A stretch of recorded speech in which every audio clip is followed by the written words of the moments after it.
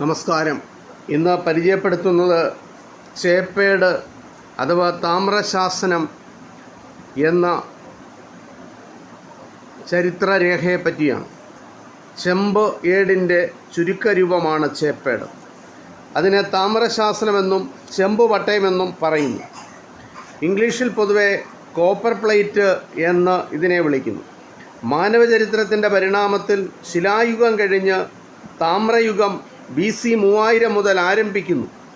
താമ്രയുഗത്തിൽ മനുഷ്യൻ താമ്രത്തിലും ചെമ്പിലുമുള്ള ഉപകരണങ്ങളെ ആശ്രയിച്ചിരുന്നു. ഒരുപക്ഷെ അന്നു മുതൽ ചെമ്പിലും താമ്രത്തിലും അടയാളങ്ങളും സൂചനകളും സൂക്ഷിക്കുന്നുണ്ടായിരുന്നു. മനുഷ്യൻ്റെ ചരിത്രബോധത്തിൻ്റെ നിർണായക ഘട്ടത്തിലാണ് ശിലയിലും താമ്രത്തിലും ചെമ്പിലും ലിഖിതങ്ങളുണ്ടാകുന്നത്. ശാസനങ്ങളും താമ്രശാസനങ്ങളും അങ്ങനെയാണ് രൂപപ്പെട്ടത്.